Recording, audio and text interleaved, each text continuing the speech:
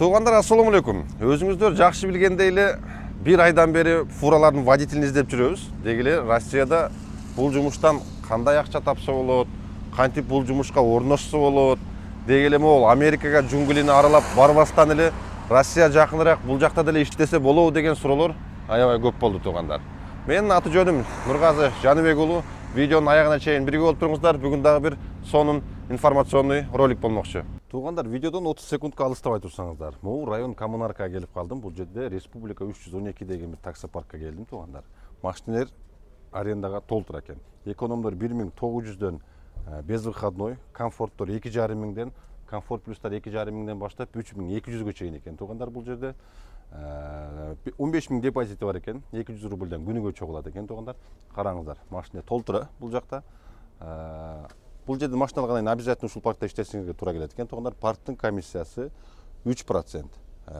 Депозитти обязательно минимальный срок 1 ай дейт. 1 ай иштегенден кийин штрафтар анымдарын текшерип, штрафы жок болсо депозитин кайтарып беребиз дейт туугандар. Данный момент бир 20-30дай машиналар бар экен. Телефон номерин, адресин видеонун астына көргөзүп коем. Ошол номерлерге чалып, келип машиналарды алып ишти кыла бересиңер туугандар. Кеттик анда видеону дальше уланталы. Ассаламу алейкум, Нурсултан. Мынакей туугандар, Нурсултан менен да таанышып бүгүн келип калдык. Бүгүн толук маалымат алып берели. Нурсултан, анда өзүңү бир сыра тааныштыра кетсең, андан кийин бүт ошо фурага тиешелүү суроолорду берсек биринчиден.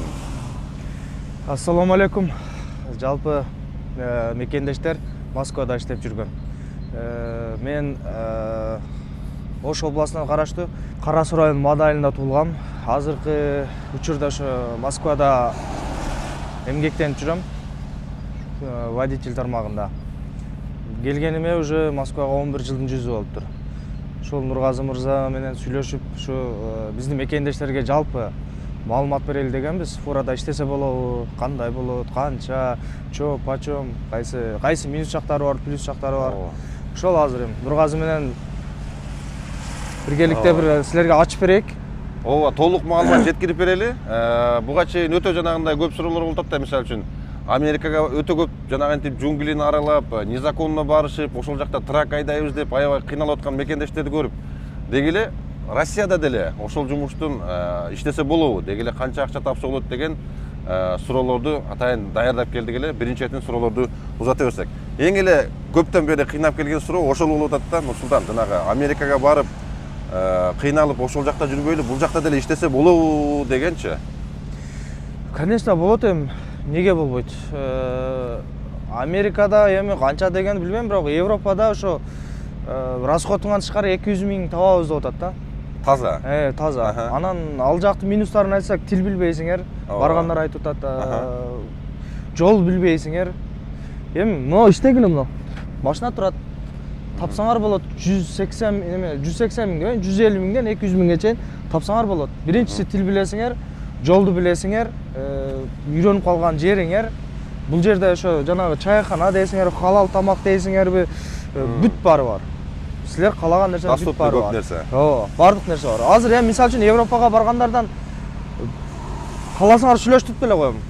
Кече күндө мен сүйлөшөм, 1 ай окуйт экенсиң барып. Экзамен тапшырат экенсиң, 1 ай стажировка кылат экенсиң. Андан кийин линияга үйрөткөн еще саат күнүнө 60 евродон линияга үйрөтүп атат экен. Эми ал деген сөз бекер эле убактыңарды кетирип, не кыласыңар, тил билбей. Мен тил жагынан кыйналып атам дейт, тамак жагынан кыйналып атам дейт. Жанагы ал киши такыба киши, таксыр. Тамак жагынан кыйналып атам дейт. 2 ай болду, эт жей элекмин дейт. Ошого кыйын эле го дейм. Ол жерде бүт условия болсо, уже Москвада бүт эле жанагы даже пятерочка магазинге кирсең да, мусулмандарга уже жанагы эме кылып койду да, не деп койт? Халал бүт нерселер бар да. Ал жакта проблема экен. Ошого айтат элем, иштегиле мына. Колуңардан келеби? Жакыныраак, тем более Кыргызстанга. Ооба. Колуңардан келеби, иштегиле. Айлык 150 миңден 200 канча миңге чейин, бирок иштеген ишиңе, анан фирмаңа ошол эмеңе карап кете берет. Сүйлөшүңө карап. Мисалы үчүн частныйда иштедим мен буга чейин, могуга чейин. Частныйда иштедим, частныйда минималка 140 миң төлөп берет эле, калганын 20% төлөп берет эле. То есть 50 миңге заказ кылсам, ошонун 20% меники. 100 миңге заказ кылсам, 20% меники. То есть 100 миңде 20% канча? 20 миңге мен иштедим. Эми ал 100 миңдик заказды сен бир күндө кылбайсың да, 3 күндө кыласың, 2 күндө кыласың. Например, ошондой жерлер бар. Дагы дагы башка жерлерден сураса 25% төлөгөн жерлер бар. Аларга деле иштесеңер болот. Бирок минус жактары бар. Эмне минус десең, машиналар эскирээк болот. Көбүрөөк төлөгөн жерлер машиналар эскирээк болот. Машинасы жаңыраак жерлер уже зарплата бир аз болот. Анан мындай мен иштеген иштесеңер, азыркы мен иштеп аткан жумуш күнүнө 6 миңден төлөп берет. Жумуш болобу, болбойбу, уже сен кабинага чыктың, уже болду. 6 миңден кетет. Ремонт болобу, 3 күндө ремонтто жатасыңбы, сервисте жатасыңбы, айырмасы жок. 6 миңден кете берет. То есть меники оклад. 26 күнгө мен 6 миңден айлык алам, болду. Мен эч ким шаштырбайт, спокойно, уктап эс алып айдайм. Берки процентке иштесең, иштеш керек. Иштесең акча аласың, иштебесең акча жок. То есть жаткан күндөрүң кете берет да? Төлөнбөйт. Ошо иш болсо иштейсиң, жок болсо айла жок. Эми бул жумушка кандай орноштушат? Бул жумушка эми фирмаларгабы, частныйбы, кайсыларды өзүңүз эме кылып берет элек? Если жаңыдан келип иштеп аткан болсоңор, чоңураак эле фирмага орношконуңар дурус. Себеби, если эмеге орношсоңор жанагы частныйга, алардын машинасы аз болот дагы, требованиясы көбүрөөк болот. Ошон үчүн мен совет бербейт элем. Лучше чоңураак фирмага, мисалы үчүн 150 же хотя бы 20 машинасы бар фирмага кирсеңер, анын механик болот, караган машиналарды мисалы үчүн ремонт кылып бер десең карап берет. Частныйда өзүңө кылдыртат мелкий ремонтторду. Ал жагы бир аз эмебирак. Мен мисалы үчүн мурунку иштеген жеримде ошол жанагы мелкий ремонтторуна айынан эле чип кеттим. Мен айттым да, по технически кыла албайм. Бүгүн метро Тульскага келдик. Бул жерде таксопарктагы машиналардын бааларын айта кетсем. Азыр сиздер көрүп турган могу машиналар бүт бардыгы по факту бар. Арендалардын акчасын айта кетсем, экономдор 1600дөн, механикалары болсо 1300дөн. Комфорттор 2100дөн баштап 2500гө чейин бул жерде комплектациясына жылына жараша экен. Комфорт плюстарга келсек, 2300дөн баштап 2900 рубльга чейин. Потолок 2900 рубль экен, Camry Geely Atlas'lar 2900 рубльдан экен туугандар. Эгерде бул жерден машина алсаңыздар, сөзсүз түрдө ушул паркта иштешиңерге туура келет туугандар. Парктын комиссиясы 3%, вывод моментальный. Телефон номерин, адресин видеонун астына жазып коем, ошол номерлерге чалып, ушул адреске келип машиналарды ала бересиздер. Эң башкысы бул парктан машина алсаңыздар туугандар, без депозит, без ничего. Келесиңер, машина аласыңар, ишти кыласыңар туугандар. Ушундай. Кеттик анда видеону дальше уланталы. Бирок үйрөт, мен акыл кылайын. Ошо далтсам ага жакпады окшойт мен кылган жумушумду айтор. Калган жагынан неме жок, претензия жок. Просто баягы по технический жагынан, ремонт кылдырган жагынан эле экөөбүз келише албай калып, мен жумуштан чыктым. А так алды эле жумуш жакшы болчу. Опыт алдым, иштедим. Бул жакта болсо ошо айтасың, сервиске жөнөтөт, ремонтун кылып берет, айдайсың болду. Солярканы коюп берет, айдайсың болду. Биздин эле водительский правалар жарайбы? Кыргызстандын эле правасы. Паспорт деле ошол. Паспорт деле ошол. Загранбу, ID карт айырмасы жок. Ошол эле права. Ошо сурай турган нерселери перевод права, перевод паспорт, синил сененен. Болду, башка эчтеке сурабайт. Как положено официально бүт баары? Фирмага кирсеңер официально. Анан частныйга кирсең жок, не официальный. Даже картаңа акча салбайт алар. Наличка. Түшүнүктүү. Анан айлык боюнча основной 2 жумада бир төлөйт. Көп фирмаларчы, мисалы үчүн 1 жума задержкасы менен 2 жумада бир аласың. Ар 2 жумада уже айлык кете берет. Анан көп жерлерде зарплата 1-ден 10-на чейин задержка, как положено. 20-сында аванс, 1-ден 10-на чейин айлык. Болду. Өзүң эми канчадан бери могу алектенип атасың могу? Мен мындай чынын айтсам, уже жарым жыл болду. Жарым жылдан бери? Жарым жылдан бери фурада. Анан менин фурада опытым жок болчу, вообще 0 болчу. Ошо бир кыргыз бала себепчи болуп Марат деген фурага ишке кирип үйрөнүп иштеп калдык. Эми эмне дейм, кылам деген адам желаниясы болсо, любой жумушту кылат да. Туура. Анан кылгысы келбеген адам ардекен шылтып айта берет. Пожалуйста, келсин. Үйрөнөм десе келсин, пожалуйста, мен качпайм. Көрсөтөм, кандай жумуш, документациясы кандай, полный бир сире көрсөтөм. Жанымда жүрсүн, айдап көрсүн. Анан колдон келсе, мындай жакшы фирмаларга мындай жумуш таап бергенге аракет кылабыз. Прямо обещать этпейбиз, но мына фирмага кирсең монча айлык, могу фирмага кирсең монча айлык. Айтып деп, бир аз болсо да информация направление бере алабыз, направление. Анан если менин жаныма место болуп калса, чакырсаң жакшы болот десе, макул, бошосо келгиле, пожалуйста. Анда эми WhatsApp номерин көргөзүп кое берелиби? Боло берет. Айырмасы. Бирок телефонуң тешип жүрөт. Эми чыдап элге бир аз болсо дагы жанагынтип информация берип айтып атат. Эми жанагынтип дагы ишке киргизип коем деп обещать эте албасам дагы направление берип, көргөзүп, мондай болот деп айтып дейм деп атат туугандар. Эми алда болсо бир маалымат азыр көрүп атасыңар, азыр анча жерде, тем более могу Москвада, Россияда именно трак боюнча бир да маалымат жок экен. Мисалы үчүн бирөө жарым бергенчи, ошого атайын бир элге көргөзүп коелу деген неме болуп атат да. Эми айта бер. Туугандар, айлык маселеси боюнча 200-220 миң айлык алып атат десе, ишенбегиле. Фурада деле. Силер фурага келип атсаңар, өзүңөрдүн кыялыңарда биринчи айда, мен биринчи айда, экинчи айда 140 миң, 150 миң эле айлык алам деп келгиле. Потому что силер 2 ай, 3 ай опыт алып, пока жанагы городдорду билип, таксиде мен 3,5 жыл такси кылгам Москвада. 3,5 жыл. 2 жыл автобус айдадым, Мосгортранста. Ошол опытым менен дагы мен кыйналып атам. То есть бул городду билсең эле болбойт экен фурада. Бул сен полный Россияны билишиң керек. Эми Россия дегенде кандай? Хотя бы Московский областтар, Тула, мисалы үчүн, Люберцы, алиги городдорду отдельно. А бул таксиде домду издеп таап барсаң, бул складдарды издеп таап барышың керек. Чоң складдарды, магазиндерди, например, чоң баягы немелер. Ошого биринчи келгенде мен келип эле 200 миң айлык алам деп келбегиле, пожалуйста, туугандар. Келсеңер 140 миң, 150 миң, ошо 2 ай, 3 ай алып, анан опыт алгандан кийин уже нарагына кетесиңер дальше. Ишиңерге карап кете берет ал жагы. Эми жана булардын дагы кире турган жерлери бар, кирбей турган жерлери бар да, жолдордо дагы. Ошонун да эрежелерин билиш керек да. Пропускыңар кайерге чейин болсо киресиңер. Например, мынау меники третий кольцого чейин. Третий кольцодо уже мен ичкери кире албайм. Мурунку иштеген жерим бар эле, Садовый кольцого чейин эле. Садовый кольцого чейин. Андан дагы бир фирмада иштедим, ал вообще Кремльге чейин болчу. То есть кете берет да, айырмасы жок. Пропуска карап кете берет. Анан жанагы пропуска акча төлөйт да. О, акча төлөйт. Анан жанагы МКАДта биринчи, экинчи полосада жүрөбүз деді ғой, грузовойлар.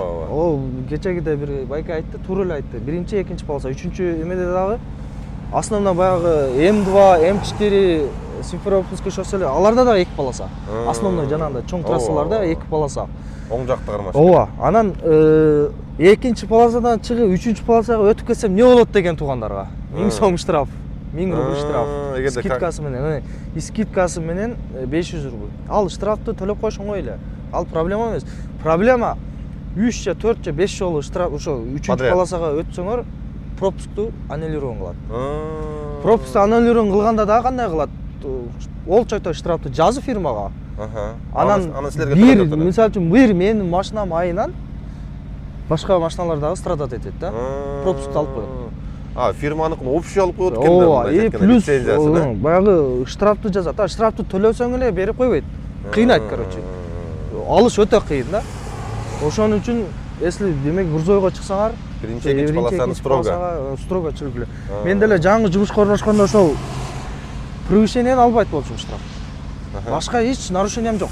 Бүт ушу 3-чү полосага өтүп кетем да. Унутуп калам, кыйгалданган боюнча эле баягы 3-чү, 4-чү полосага чыгып кетем да, МКАДтачы. Баягы 2 полоса туруп калат го. Ооба.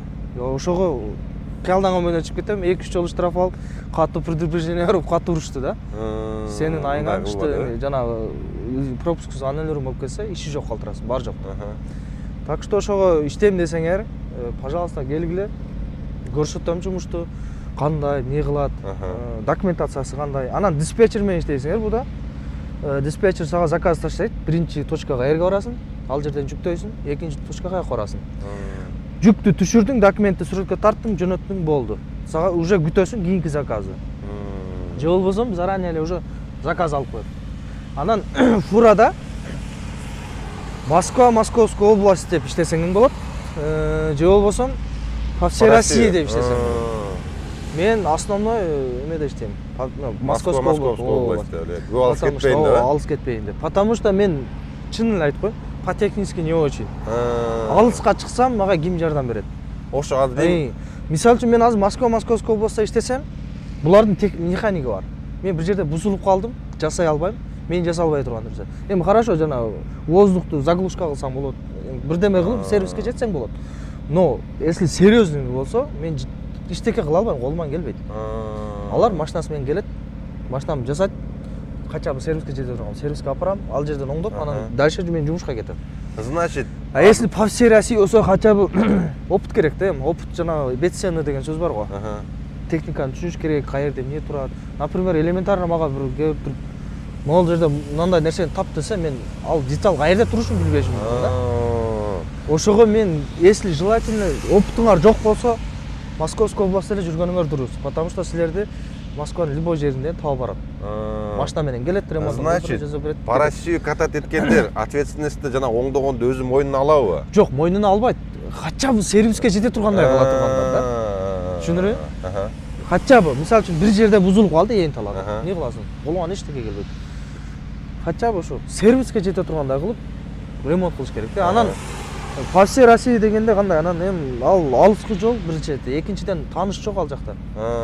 Эч ким тааныбайсың, ээн талада кылып кетсең ким жардам берет сага? Москвада болсоң, если мен мисалы механик келбеген ченде дагы, хотя бы мен достураларга чалып, такси менен келип, мага жардам берип кой десем, келет. Могул жердечи. Ал жакта ким барат сага? Ошол эле. Ремонттун акчасын фирма кийин өздөрү төлөп береби? Эгерде бир жерге барып мындай кымбатыраак ремонт болсо. Жок, ал биринчи, конечно, договор, согласие менен киресиң. Же алар өздөрү направление берет. Могу сервиске бар, жасайт, кете бер дейт. Же болбосо көп фирмалар дорожный сет деген жанагындай эме программа бар. Мойкасы бар ичинде. Ремонт бар, карайсың, кайсы сервис жакын, телефондон эле барып киресиң. Срочка тартып алат, кылдырасың, же мойка кылдырасың, кетесиң. Мойканын акчасын эмелер төлөйт, фирма. Ну, желательно бир айда 2 жолу кылабыз. Бир айда 2 жолу. Анан фурада көбү вахтовый иштейт. Вахтовый иштесең деле болот. 2 жума иштейсиң, 2 жума дем. 2 водитель смен менен иштейт. Бирок ал бизге невыгодно. Жаштарга именно. Бизге жаштарга, деги эле кыргыздарга. Мигранттарга. Биз иштегени келгенбиз бул жерге биринчиден, экинчиден элестет эми 15 күн иштейсиң, 15 күн үйдө жатасың. Невыгодно, да? 15 күнгө канча айлык аласың? 80 миң аласың да көп болсо. Хорошо, бар 100 миң ал. Ошондо деле невыгодно. 15 күн жатып кайра келесе болосуң да үйдө. Ал жанагы жаш өткөндөргө, например, мына жерде местныйларга, белорустарга, ошолорго выгодно. Азыр жашы жөнүндө сөз болуп калды да, как раз. Могул канча жаштан канча жашка чейин алат эми мына фирмалар или могул компаниялар? Жашына карабайт, негизи баягы опытына карайт. Немене бир год деп, 1 жылдан үйдө болуш керек, опыт. Опытың барбы дейт, анан көбүн эле алып келет экен. Даже мен көп жерге бардым да жумушка. Барсам, отургузсак эле колу же путу титрейт дейт. Рулга отурганда эле путу биз чувствовать этебиз дейт сразу. Прям титребесе да алар билет экен да. Сugание болот. Ошого опытың барбы дейт экен сразу биринчи. 1 жыл хотя бы. Ошол. Эмеден да право алган неме боюнча дагы, айдаган боюнча дагы сурайт. Жаш ошо боло берет, айырмасы жок. 20 жаштан жойдо. Жете алам десе эле кыскасы кирсе болот. Мен айдайм десе эле болот. Орусча керек обязательно тугандар. Барганда эме кыласыңар жанагы. Экзамен тапшырабы? Жок, экзамен эмес, жанагы документация, хотя бы документацияны алып, бир жерге барып, адрес сурап, кире тургандай болуш керек да. Тагыраак анымыны билип, сурап. Бизде азыр келип атат водительдер, Кыргызстандан келет. Опыт бар. Машинаны прям вау. Орусчадан кыйналат. Адрес таппайт. Москва чоң. Мен мисалы үчүн ушу 7 жылдык опытым менен Москвада за рулем жүрүп. Мен таппай калам. Адрестердичи. Адашып кетесиң же болбосо бул чоң машинада кирип кетсең болду. Кайтып чыгасың аркага. Сага эч ким жардам бербейт берге. Бурулуп разворот алыш да кыйын да. Бурула албайсың да, болду. Тупикке так калсаң же артка чыгышың керек до конца. Ошодон эле көп кыйналып эле эме кылат. Ошого бир аз хотя бы адашып кеткенде орусча болуш керек. Жолдо анымын сураганы. Анан фурада бүт эле водительдер бири-бирине жардам берет. Любой орус. Рациялар бар иши, э? Рация бар. Бир орус бу, айырмасы жок. Бар эле ушундай таппай атам десеңер, сразу эле көрсөтүп, жанагы жардам берет. Жанагындай таксиде баягындай. Биримдик күчтүү экен, значит, фурадагылар да, э? Фурадасың болду, бири-бирине жардам берет. Даже токтоп, эмне жардам керек, бүт баарын айтат. Таксиде эмес, чача-мачасы жок. Эми жолдо жүргөндө эмне болот, эмне жок, билбейт да эч ким. Всегда бири-бириңе жардам керек. Бир күнү ага болбосо, бир күнү мага болот деген. Аны башынан өткөн да. Ошону айтып атпайбы? Калган да көчөдө. Бирөө келип жардам берген ага да. Ал дагы сага жардам бересиң. Кышында, мисалы үчүн, кышында тягаштарды билет, водительдер көрүп турат. Тыгыла берет, вообще. Көрүнгөн жерде. Пустой, көрүнгөн жерде тыгыла берет. кичине өдөлүш болсо дагы туруп калсак таксисттер сөгүп өтөсүңөр. Неге турасың деп. Алдыда ошо гүлөнүп келип чыгып өтүп кетейик десек, алдыбызга түшүп WhatsApp чыгып туруп аласыңар. Анан тыгылып калабыз, аркабыздан келип сөгөсүңөр. Пустой болсок да, жүгү менен болсо го тыгылбайт. Жүк жөнүндө сөз болуп калды. Основном канча тонна жүк менен жүрөсүңөр?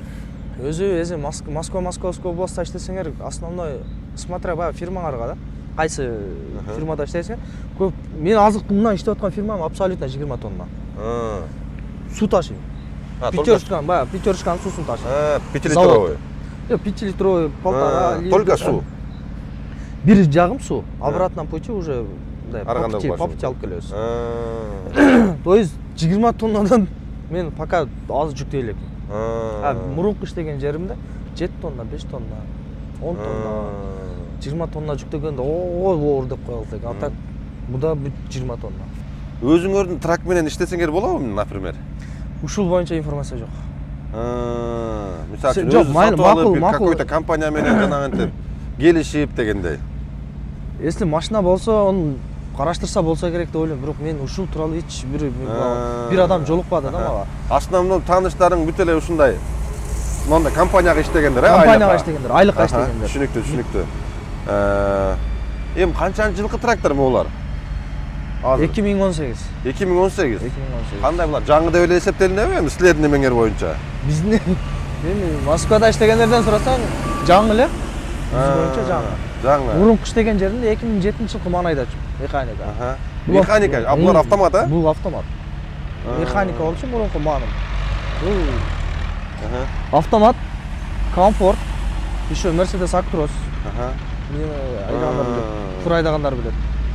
Комфорт бар да. Нурсултан, буга чейин Москор Транста дагы иштегем дедиң да. Өткөндө досконально маалымат бербей коюптур деп неме кылдың эле. Бир аз сын тактың эле. Ошол жөнүндө толук бир аз айтып кетсең, сен все-таки опытың көп экен да Москор Транстачы. Ооба, Нурбаза, 2 жыл ошол Мосгор Транста иштедим. 1 жыл 8 ай дейм. Туурасын айтканда 1 жыл 8 ай иштедим. Анан 6 айын обычный автобуста, калганын эмеде гармошкада. Сразу айтайын. Если обычный автобус айдасаңар Мосгор Транста. 6-1 график менен иштесеңер, ошо 100-110 миңге чейин аласыңар, это максимум, это потолок. Минимум 80 миң. 80 миңден ошо 110 миңге чейин алсаңар болот. Да, иштесең болот, дагы кээ бир жерлерде жанагы жерлер бар, юанстары. Акча бермей бизде. Ичине жанагы эмеге берет, саат берет. То есть кошумча рабочий саат сатып алса болобу? Бирок биздин паркта ошол жок болчу. Биздин паркта. Центральныйда мен парк ББ-де да иштечүмүн. А башка парктарда мен уккам. Бирок ол дагы не факт. Бирок бергендер бар экен да. Берип саат алат. Саат алсаң болот. Да, действительно айлыгың жакшы чыгат. Но основном 80 миңден 100-110 миңге чейин. Гармошканыкы 100 миңден гармошка айдагандарды. 10 миң разница да, кыскасы, бек обычный автобус менен 10 миң разница жүрөт. 100 миңден 120 миңге чейин. Это потолок.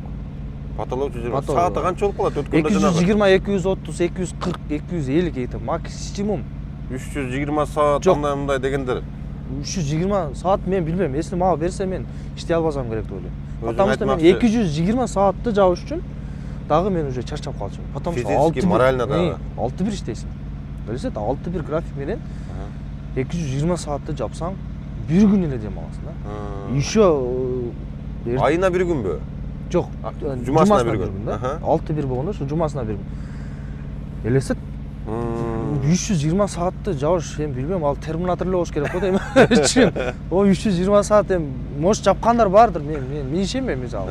Мага лично мен ишенбейм. Максимум 250 саат, 240 саат. Если 250 саат жаптыр десе, ладно, сон дейм. Это супер дейсиң да. Да, иштегендер бар, менде деле чогуу иштеген коллегалар бар. Бүт баягындай иштесе ишке тойбой тургандарчы, бүт иштин аркасынан түшкөндөр. Туугандар. Бул Москва бардыгыбыздан калат. Бүгүн барбыз, эртең жокпуз. Кегиле мындай өзүңөр да ден соолугуңарга карагыла, пожалуйста. Кээ биркилерди көрөм да, без выходной, мындай кылып иштеп. Эртең тып-бет өлүп калсаң, кимге пайда, кимге зыян? Ошол акчаң каяка? Акчаны не кыласың, кимге таштадың? Акчаң, сенин акчаң деле аларга жукпайт. Сенден кийинки калган эмелергечи. Выходной менен хотя бы бир күн. Жашашты унутпой койгой деген. өзүң үчүн убакыт бөл, дем ал. Макул көчөгө чыгып бир жака бар дебейм. Дем алчы кача.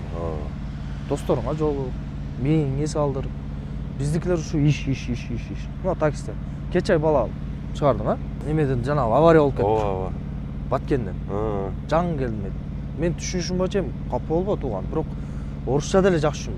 Ким предлагать этти 4 миллиондук машинаны алып келип ошого отургузган. Не керек бар, айтчы, не керек бар? 4 миллионго үй алып атабыз, Кыргызстандан. Ошо үйдү ала албай канча жыл биз өмүрүбүз өтүп атат. Сен азыр ошо канча жылдык өмүрүңдү жөн эле берип койдуңар бирөөгөчү.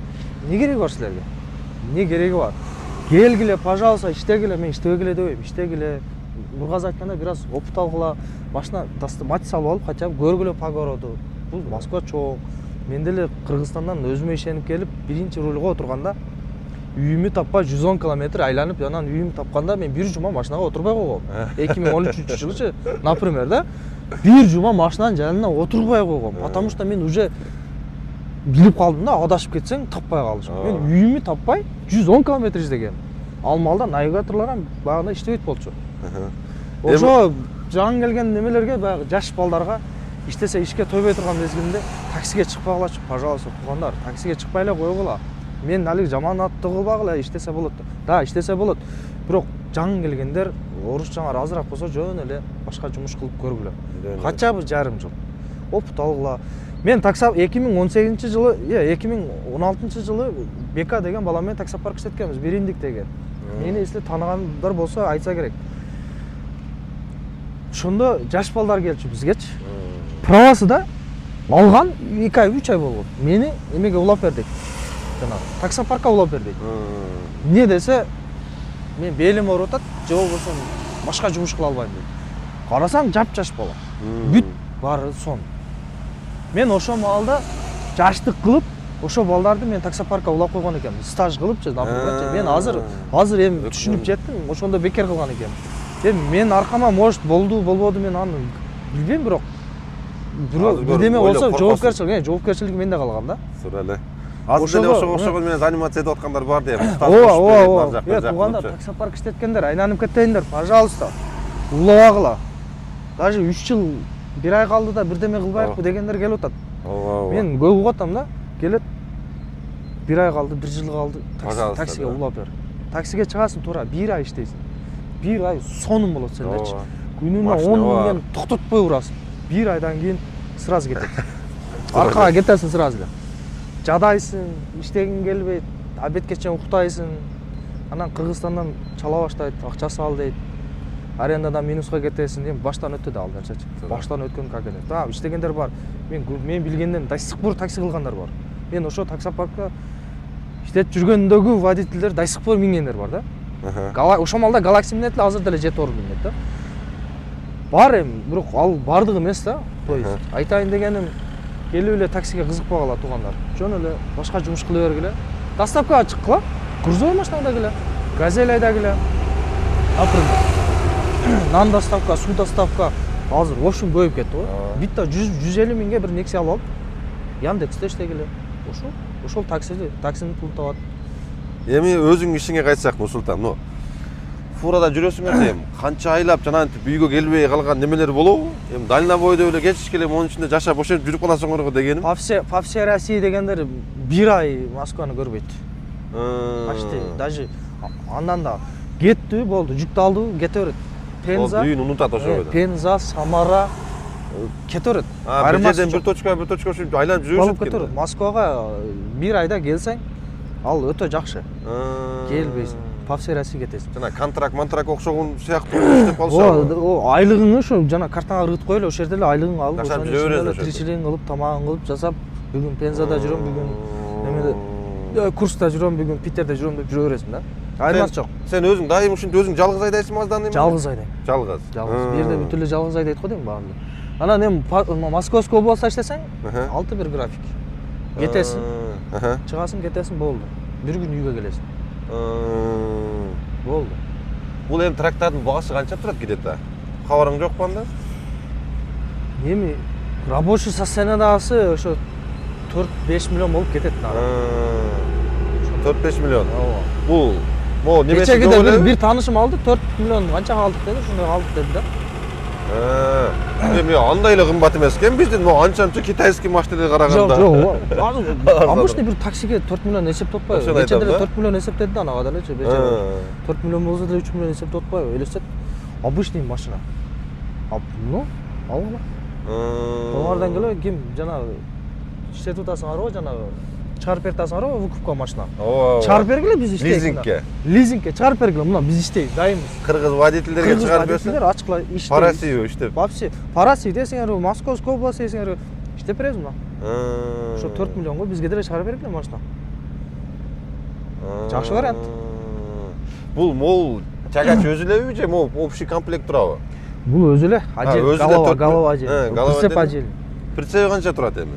Прицеби деле ошондой эле болуп калат. Андай деле айырмасы жок. Мисалы үчүн жаңы машиналар бар. Алар кымбат өтө. Жаңы азыр алып атат го салонду, кымбат. Машиналар. Бизге эми рабочий болсо деле боло берет. 5 миллион рабочий аласың да. Жана бизде Америкада блогер Алмаз байке бар. Эгерде көрүп атсаңыз сизге чоң салам, ошол көп маалыматтарды жеткизип калат. Акыркы жолу ошол аркасындагы немесин сатканда бир $10,000 тегерегинде сатты окшойт дейм да, могу немесинчи. Жок, прицептин состояниясына карап кетет да. Жылына немесине карап, баллондоруна карап, эски жылына карап. Мисалы үчүн мына меники реф холодильник. Холодильник болсо кымбат эстесиң. Шторка, беркинде ачып калппы, мындай кете берет, короче. Состояниясына карап. Нюанстары бар экен, да? Если көбү голованы алып туруп, головасы жаңы болгон үчүн жанагы прицепти да жаңы алаттар. Ошон үчүн кымбат. Бир жолу экөөтүң жаңы болсун дейт. Кийин кыйналып же болбосо мисалы үчүн алжак. голова бузулбайт, прицеп бузулуп атса дагы это тоже некрасиво. Время алат да. Ошого сразу алат экөөтүң жаңы. Бирок прицептин деле если жаңысын алсаң ушу головада эле болуп калат экен да, мен кечеги эме сурасам ошондой деди да. Анан ондой кымбат эле экен дедим. Мынакей урматтуу биздин көрүүчүлөр, менимче фура боюнча бүт маалыматтарды досконально жеткиздик деп ойлойм. Дагы суроолор болсо, өзүңүздөрдүн же болбосо айта турган сөздөр болсо комментарийге калтыра берсеңиздер болот. Азыр Нурсултан менен кирип туруп, фуранын ичин дагы көрөлүчү дегиле, айлап жүрүп атса ичинде кандай жашайт болду экен, кандай шартта экен дегиле, Америка менен бул жактын фураларынын разницасы бар экен, ошону дагы бир сыра көргөзө кетсек анда Нурсултан. Азыр мен камераларды алып алайын анда, сен жүрө бер.